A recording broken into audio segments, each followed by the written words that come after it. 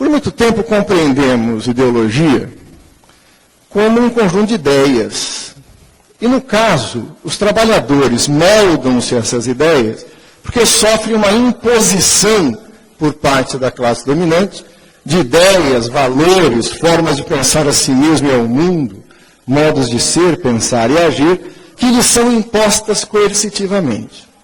Marx, na ideologia alemã, chega a formular a seguinte assertiva: natural que os membros da classe dominante sejam também pessoas e, por serem dominantes, controlarem os meios de produção, controlam também os meios de produção e disseminação do conhecimento, fazendo com que suas ideias sejam apresentadas como universais. É verdade, não estou eu aqui para discordar de Marx dessa afirmação. Todos nós conhecemos o grau e a importância de controlar os centros de produção e disseminação do conhecimento. Por exemplo, as universidades. Né? Por exemplo, o mercado editorial. Por exemplo, os centros de formação, desde pesquisa e tecnologia até a própria produção em si do conhecimento e a sua divulgação e disseminação pelos aparelhos escolares. Estou longe de questionar esse fato. Mas eu acredito que isso explica em parte o processo. Isso explica, evidentemente, o poder de uma classe em apresentar sua visão de mundo como sendo universal e reproduzir isso no conjunto da sociedade. Mas isso não explica até que ponto porque os trabalhadores, explorados nessa ordem, aceitam como suas as ideias de seus adversários. Não é? O Reich, uma vez pesquisando sobre um assunto, dizia: o que é difícil explicar não é porque alguém rouba. O difícil é explicar por que a maioria, nas condições em que se encontra, não o faz. Né? Então, parafraseando o Reich, explicar por que uma pessoa se rebela contra a ordem do capital é até, de certa forma, simples.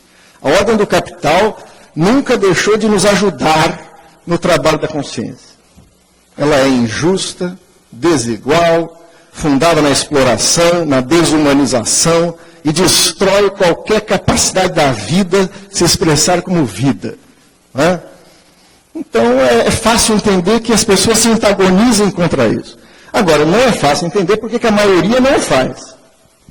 Não pode ser só pela reprodução e imposição de ideias, valores e conceitos prontos. Se nós pararmos a explicação aí, nós corremos o risco de aceitar como fundamento de nossa tese não os pressupostos marxianos, mas uma outra formulação de um simpático senhor chamado Émile Durkheim, né, que acreditava que a consciência era formada pela imposição coercitiva de formas de ser, pensar e agir. E para ele, o fundamento desse processo, que ele via como positivo, era a educação. Né? Ora, qual que é o erro que nós podemos ser induzidos a compreender o fenômeno da ideologia dessa maneira para pensar a sua superação? Se há um conjunto de valores, formas de ser, que nos é imposto coercitivamente pelos aparatos de produção, disseminação do conhecimento e, portanto, da educação, a resposta a isso é contrapor a essa educação uma educação revolucionária. Não é? Veja, se nós estivermos certos em nossa impressão, o problema é que esse caminho, louvável e necessário, pode nos levar a um impasse. Né? A pista para uma visão mais complexa e profunda desse movimento está no próprio Marx, na ideologia alemã. O que Marx vai dizer logo após? As ideias dominantes em cada época são as ideias da classe dominante. São as relações sociais dominantes expressas em ideias. As ideias de sua dominação. As ideias que expressam as relações que fazem dessa classe a classe dominante. Veja que aí a dialética tomou conta do raciocínio de Marx. Não se trata apenas de um conjunto de ideias que se impõem como dominantes. Elas são dominantes porque são da classe dominante. Mas a classe só é dominante porque a expressão de relações sociais de produção, historicamente determinadas, que as coloca num papel de dominação. Ora, a tarefa ficou mais difícil. Porque se as ideias que expressam uma dominação são expressão de relações de dominação, a superação delas pressupõe a superação destas relações. E como Marx vai chegar na própria ideologia alemã, isso pressupõe um ato prático, nós antigamente chamávamos isso de revolução, né? Mudar as relações sociais. Ora, se esse caminho nos ajuda, pode nos levar a um outro impasse, né? A ausência da dialética, a expulsão da dialética do marxismo e sua consequente positivização deixou estragos, né? Então, se a gente não tomar cuidado, mesmo aceitando isso, a gente vai cair para uma outra linearidade tão positivista quanto a primeira. Tá legal. Então, cabe mudar as estruturas, cabe mudar as relações sociais. E, portanto, qual é o papel da educação? Nenhum, né? Temos uma educação que está assim dessa forma, e vamos ter uma revolução social que mudará a sociedade, consequentemente, gerará uma nova forma de educação, né? Então, o que devem fazer os educadores? Fazer a revolução, né? É possível que, se a gente tentar resgatar a dialética de seu exílio, ela possa nos ajudar na compreensão dessas polaridades de maneira menos mecânica. Veja bem, a consciência só pode se desenvolver como expressão destas relações, né? Nesse sentido, não nos espanta que a forma imediata da consciência da classe trabalhadora seja a expressão da mesma consciência da burguesia. Por quê? Peguemos a frase de Marx. As ideias dominantes são a expressão das relações sociais dominantes, não é isso? Ora, o proletariado, os trabalhadores, não vivem em outras relações, não é? Ele vive nas relações constitutivas do capital. Portanto, a primeira expressão de uma consciência social que os trabalhadores tomam como sua é a expressão das relações que eles compartilham com a burguesia na existência mesma da sociedade capitalista, né? Então, nós podemos dizer que a primeira expressão da consciência dos trabalhadores é a consciência burguesa. Eles pensam o mundo e a si mesmos a partir dos elementos que constituem a consciência da burguesia como uma consciência histórica, como uma consciência social. Não é? Então, não nos espanta que a primeira expressão prática dessa forma de consciência seja o amoldamento dos trabalhadores à sociedade da qual eles fazem parte. Ora, a pergunta então passa a ser: como é possível superar isso, né? Primeiro é preciso retomar que a forma como se expressa essa consciência social, nas condições que estamos descrevendo, não pode simplesmente manter nossa formulação no âmbito daquilo que chamamos de uma consciência social.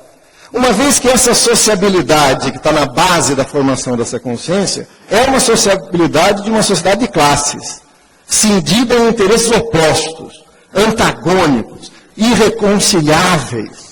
Não é para pegar os termos, não sei se foi algum protesto contra a coisa, não, né? Para pegar os termos que Engels usa no texto que foi citado aqui, não é isso? Porque tem gente que acha que não é irreconciliável, né? É possível de ser conciliada, são interesses antagônicos, por isso precisa entender se na sociedade se explode. Não, são antagônicos porque são irreconciliáveis, né? Irreconciliáveis, né? Se você encontra o amor da sua vida, o amor da sua vida te encontra. E você fala: nossa, meu bem, eu falei tudo que você quer, você é a paixão da minha vida. Ai, que bom que você falou isso. Então, eu quero trabalhar, ter minha carreira. Não, mulher minha não trabalha. Vamos tentar conciliar essas posições. Não tem conciliação, né? Não é isso? Não há conciliação, é inconciliável. A sociedade é dividida entre aqueles que apropriaram os meios de produção, contratam força de trabalho, extraem mais-valia, acumulam privadamente a riqueza socialmente produzida. Qual é o tipo de acordo que podemos ter com eles? Poupá-los fisicamente, né? se eles devolverem os meios de produção. É isso.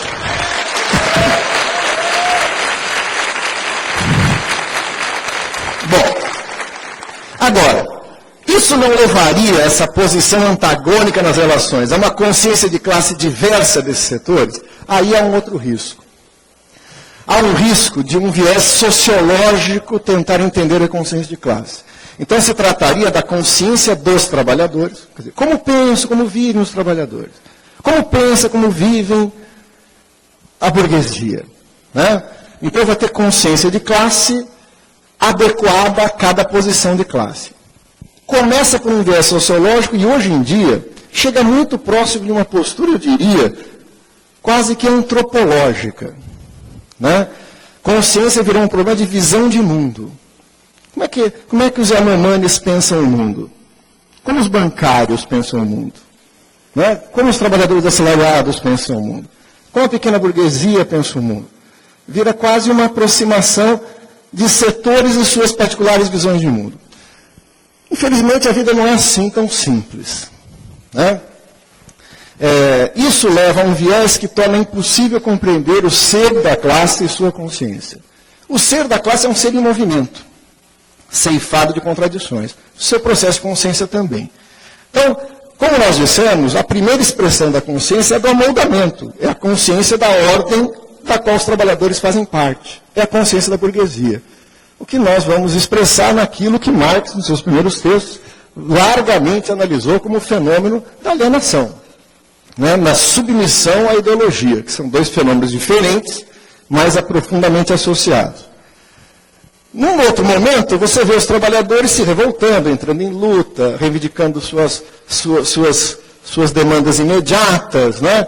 E aqui e ali, explodindo em formas mais avançadas de luta contra as contradições da ordem capitalista. Em outros momentos, podemos ver os trabalhadores levantando-se em movimentos históricos significativos, rompendo a ordem burguesa, ousando ir além dela, derrubando o Estado burguês, iniciando experiências socialistas. Né? As pessoas olham esses diferentes momentos e passam a tentar entender, o que é um caminho também equivocado, qual é a verdadeira essência da consciência da classe.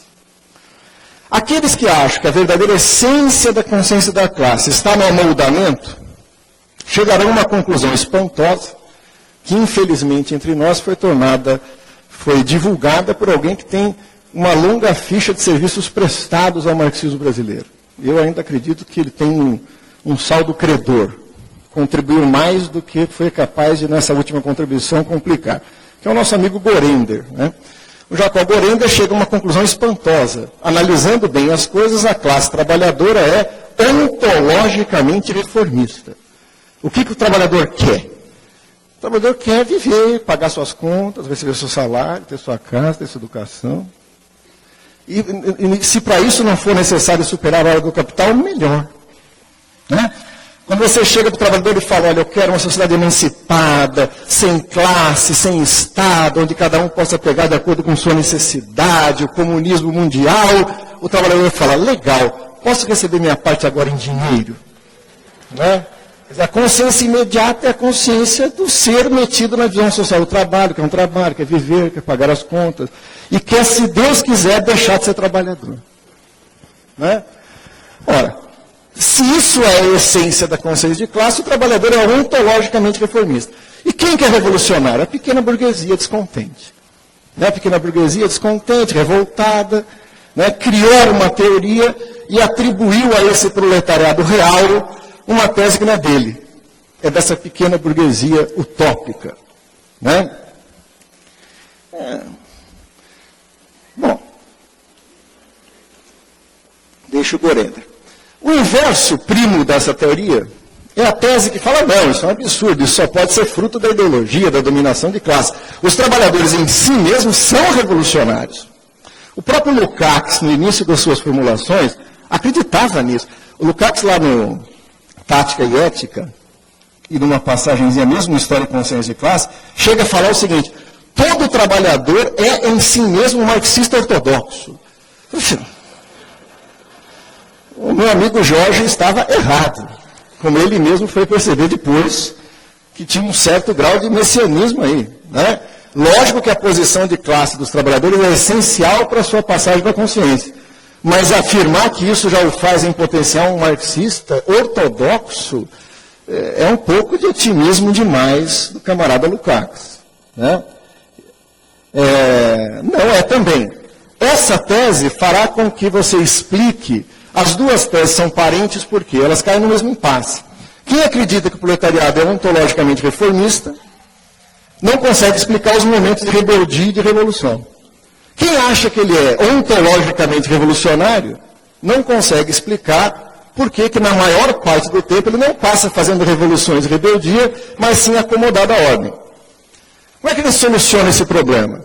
Afirmando que os trabalhadores, a consciência de classe dos trabalhadores, não é ontologicamente nada, né? Ela não é em si mesmo revolucionária, nem tampouco em si mesmo reformista. São duas expressões do ser da classe. Esta classezinha nossa que nós gostamos tanto é, ao mesmo tempo, uma classe da ordem do capital e, por isso, expressa na sua consciência os elementos do amoldamento. E exatamente por ser uma classe da ordem do capital, pode entrar em choque com a ordem do capital e almejar ir além dela, expressando na sua consciência elementos de uma consciência revolucionária.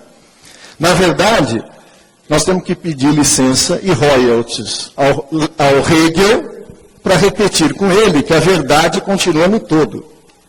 Mas o todo nada mais é do que o processo de sua constituição. Aonde está a consciência de classe? No movimento que leva da alienação inicial à rebeldia, à constituição das lutas imediatas, da possibilidade de constituição de um sujeito histórico. É esse o movimento, nos termos de Marx, que leva da consciência em si à consciência para si. Se vocês repararam, nós estamos agregando algo aí, que não é estranho ao Marx, mas que normalmente fica fora. As pessoas acham que a passagem da consciência é da consciência em si para a consciência para si, né?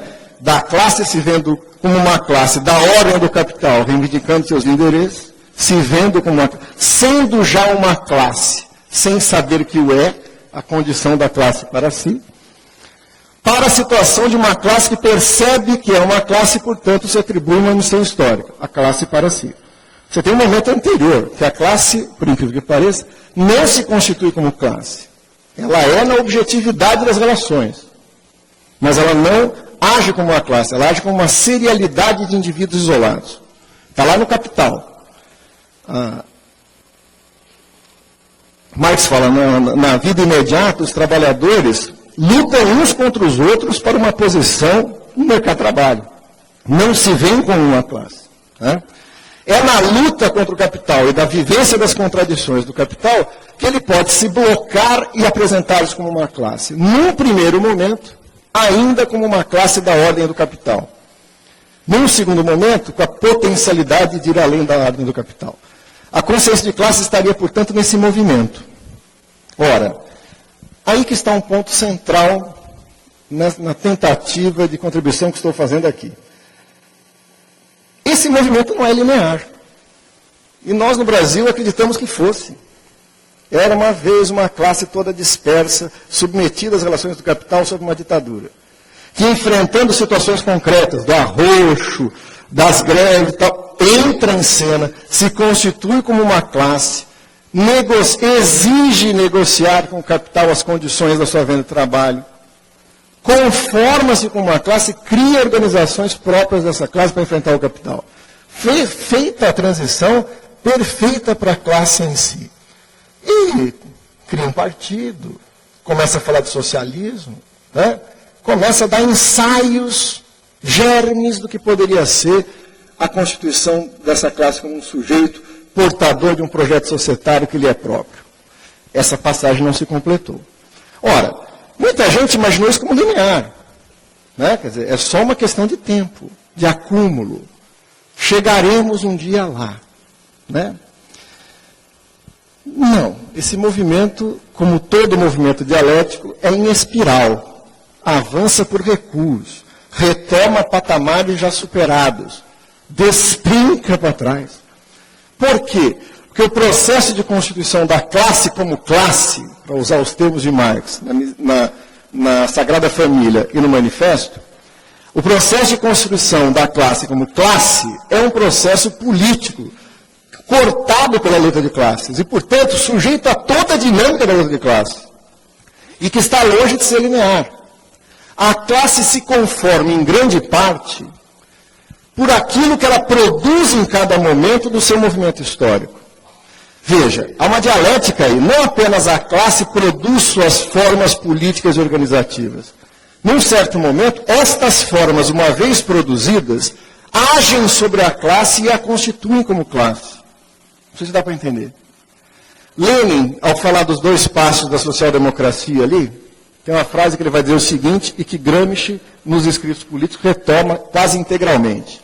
Há momentos em que as massas avançam adiante dos partidos, certo? Mas há momentos em que os partidos têm a obrigação de se avançar além das massas. Ou seja, é fundamental que aprendamos com as massas o que fazer. Mas é fundamental, num certo momento, que o partido diga às massas, dirija-as. Né? Essa é a dialética. Lenin está pensando, só para vocês entenderem, na Revolução de 1905, né? Quando ele vai escrever os ensinamentos da insurreição de Moscou, ele está tirando isso. As massas, os trabalhadores, foram além da estratégia traçada pela social-democracia russa. E estouraram na insurreição, não pararam na greve geral. Agora, é necessário que, sabendo disso, o partido prepare a insurreição. Não é? Já sabemos que vai além da greve geral e que chega na insurreição. Agora precisamos preparar a insurreição. Isso remete a 2 elementos centrais do nosso tema. As chamadas condições objetivas e subjetivas. Ora, quando nós entendemos equivocadamente, eu já falei 10 minutos, falta 10, né?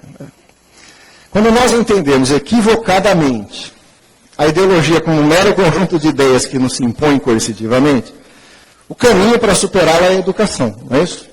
Então, como é que eu posso arrancar os trabalhadores da alienação para trazê-los para a consciência, para a luta e daí para a revolução? Através de uma educação. Eu estou convencido que quem faz isso num primeiro momento é a vida. Assim como a ideologia, como expressão das ideias da classe dominante, é as relações sociais dominantes expressas como ideias, nós a assumimos como nossa por vivenciar essas relações e, de certa maneira, introjetá-las como nossa própria visão de mundo. Se esse é o mecanismo originário da consciência e também utilizado posteriormente pela ideologia, ou seja, quando a ideologia dominante age sobre nós, ela age sobre algo que a reconhece, não é uma imposição de fora. Ela dialoga com as relações que são a sua própria base. Por isso, para a cabeça das pessoas, faz sentido. Aliás, o que não faz sentido para elas é a nossa proposta. Né? Todo mundo já tentou conversar com um alienado para, né, você aí parado também, aí explorado, né? E ele balançar a cabeça respeitosamente e falou, é isso mesmo. E nada. Né? Ele está convencido de outra visão de mundo que faz muito mais sentido do que aquela que você está falando para ele. Né? Ora, se isso é verdade, a superação disso só pode se dar por uma contradição no campo dessa vivência, no campo da vivência das relações sociais. O que entra em contradição são as ideias anteriormente introjetadas, com a vivência de relações que se chocam com o valor ideal dessas ideias. Né? Ou seja, a formulação ideal, ou o momento ideal, confrontando-se com uma nova manifestação concreta e particular da materialidade. Se eu trabalhar, vencerei na vida. Trabalho pra cacete e a vida venceu de mim. Né? Tem algo a ser explicado. Essa contradição é a passagem. É o ponto que permite a ação. Vivida num primeiro momento individualmente, como sina, como contradição, mas em certas condições sociais, de luta, históricas, podem dar um salto significativo. vivenciar essa contradição que julgava a minha, num contexto onde a percebo de outros. Isso permite a fusão, a formação do grupo inicial. E essa é uma passagem essencial que, ao se desenvolver, pode levar a uma consciência de classe em si.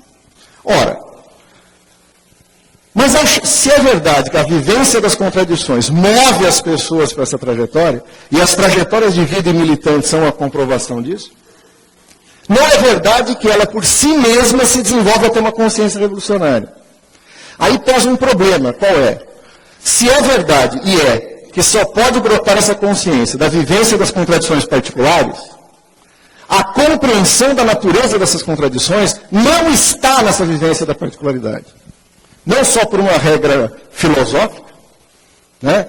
Porque o universal não está no particular está no universal, mas o universo não é válido, mas porque eu estou no campo da aparência, estou no campo da cotidianidade, estou no campo da superfície, aonde as verdadeiras determinações não se expressam.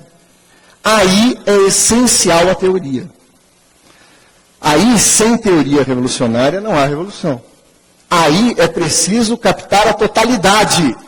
E você não encontra a totalidade no cotidiano. É ali que está a chave para a superação da alienação.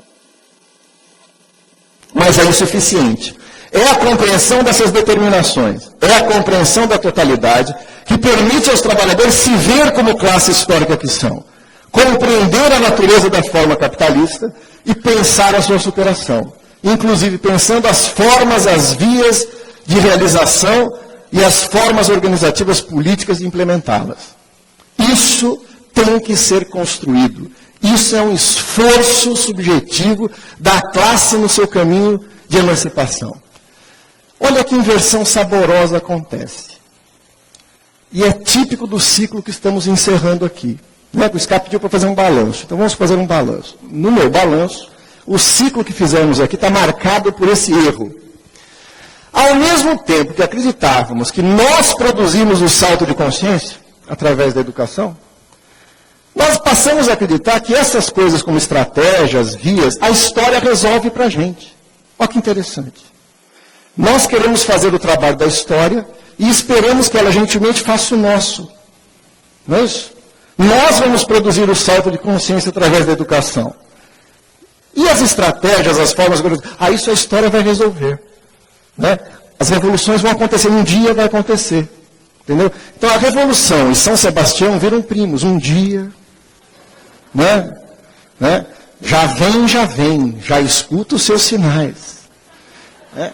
Tem uma crise mundial e os marxistas todos compram o jornal e falam, agora vai! Né? Quando é que nós vamos nos unificar? Tal, depende da quê? Da história. Não depende da história. Né? Não depende. Isso depende da ação política da classe, da ação subjetiva da classe, da capacidade do instrumento teórico da classe, que eu acho que é o marxismo, ser compreendido por ela como ferramenta de compreensão da sociedade, da análise concreta de uma situação concreta, que nos permite traçar umas estratégias nas nossas vias. Ora, para finalizar é um bloco, né? Não é uma frase. Para finalizar, o Edmundo está aqui, ele vai me cobrar assim. Então, para começar a finalizar, esse conjunto de tarefas de fazer a estratégia, as vias, as organizações, é uma tarefa que cabe aos trabalhadores. Não cabe à história. A história não resolverá isso por nós. Não é? O que ela nos colocaria hoje? Quais são as tarefas que nós estamos diante de hoje? Então, primeiro, vamos lá. Eu não me assusto com o apassivamento, porque tenho certeza de que ele não é definitivo. Várias vezes na história as pessoas acharam, agora ferrou. Não é isso? Eu imagino gente tentando fazer luta social no início do nazismo. Não é? Tudo bem? Dava para ficar desesperado. Eu imagino um militante comunista nos Estados Unidos. O que ele fez nos últimos anos? Palestras sobre El Salvador, Nicarágua. Né? Tudo bem? Porque é difícil viver em épocas de reação conservadora. Difícil.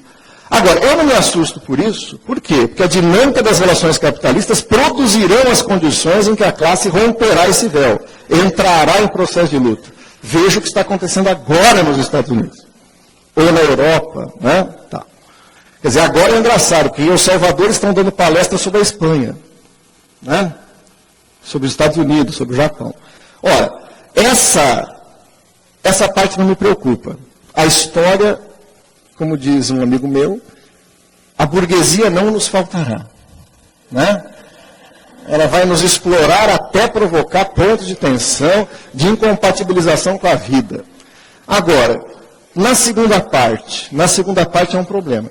Porque se a gente formula uma proposta política errada, a gente molda a ação da classe num sentido errado. Ou seja, não é um idealismo de achar que o elemento teórico pode ser decisivo ou não, mas tem uma importância decisiva. Se nós compreendemos errado a formação social brasileira, traçamos estratégias erradas. Isso implica na forma como organizamos a classe para a ação. Por exemplo, a forma hegemônica hoje, que dirige a classe trabalhadora, e que não estava na mesa ontem, essa forma hegemônica está convencida de que os problemas sociais se resolverão pelo desenvolvimento do capitalismo. Que o socialismo é uma meta moral. Tudo bem? Como é que eu sei se eu sou socialista ou não? Eu volto para casa à noite, olho para o espelho e falo, você acha isso justo? Depende da resposta. Se você falar, acho, você não é mais socialista. Agora, se você falar, não, é verdade, não é justo, tem desigualdade pra caralho ainda, é verdade, eu não vou dormir bem hoje, porque você ainda é um socialista. Não, socialismo não é uma questão moral, né? Portanto, isso está errado. Hoje, se nós queremos tirar proveito do instrumento teórico que temos, o capitalismo completou-se, no Brasil e no mundo. Nós não temos educação, não temos saúde, né? Temos várias formas de opressão, de desumanização, tudo virou mercadoria, né? Agora, nós não temos essas carências por falta de capitalismo. Nós temos essas carências por causa do desenvolvimento capitalista. Ora, essa constatação só me leva a uma questão. A estratégia já é uma estratégia socialista. Agora, qual o grande problema disso dialogando com a consciência?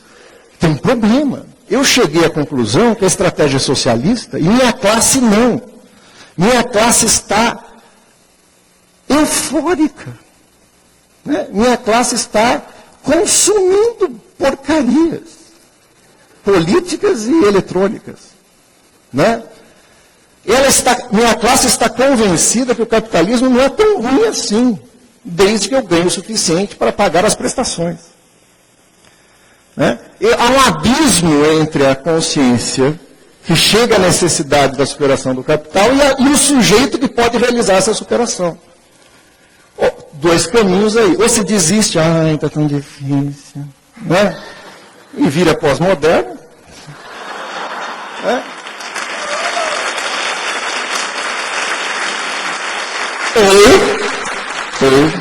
Ou você vai até a classe e vai buscar as mediações políticas, educacionais, para construir o movimento no sentido dessa superação. Nesse trabalho, a educação formal e não formal é essencial. Né? Eu acho que a formal é insuficiente, necessária, mas insuficiente, como diz o Paulinho, aliás. Né? É essencial que a classe crie seus próprios espaços formativos. Porque não é verdade que conhecimento, só por ser conhecimento, nos ajuda nas nossas tarefas. Não é verdade. Né? Então, a nossa tarefa é construir as mediações. Ou seja, o que fazer numa circunstância onde percebemos a necessidade da revolução, ela não é possível? Preparar as condições que a tornem possível. Essa é a nossa tarefa. Né? E existe trabalho para todo mundo aí. Os trabalhadores vão entender? Não. O capital é uma sociedade que se estrutura desta maneira que nós estamos vivendo. Ele é a razão dessas e dessas manifestações que precisam ser superadas. E chegaremos a uma sociedade que a livre associação dos produtores produza meios que são de todos para satisfazer a necessidade de todos. Né? É fácil de entender isso? É. Mas veja Veja bem, eu expliquei em 5 segundos, vou explicar de novo. Os meios de produção vão ser socializados, todos trabalham no que é de todos, produzem um conjunto de bens e produtos que satisfazem a necessidade. Concluir. É sensato. Vocês todos podem entender. No fundo é fácil. Uma pergunta prévia, você não é um explorador, então poderá compreendê-lo. Pois foi feito para você. Procure examiná-lo com cuidado, porque os estúpidos chamarão de estupidez, os imundos de imundície, mas é contra toda sujeira e contra toda estupidez. Os exploradores consideram um crime, mas sabemos nós que é o fim do seu crime. Não é uma loucura, parece, mas não é uma loucura, e sim o fim da loucura. Não é um enigma, é a solução do enigma. No fundo, é uma coisa muito simples, dificílima de ser feita. Bertolt Brecht.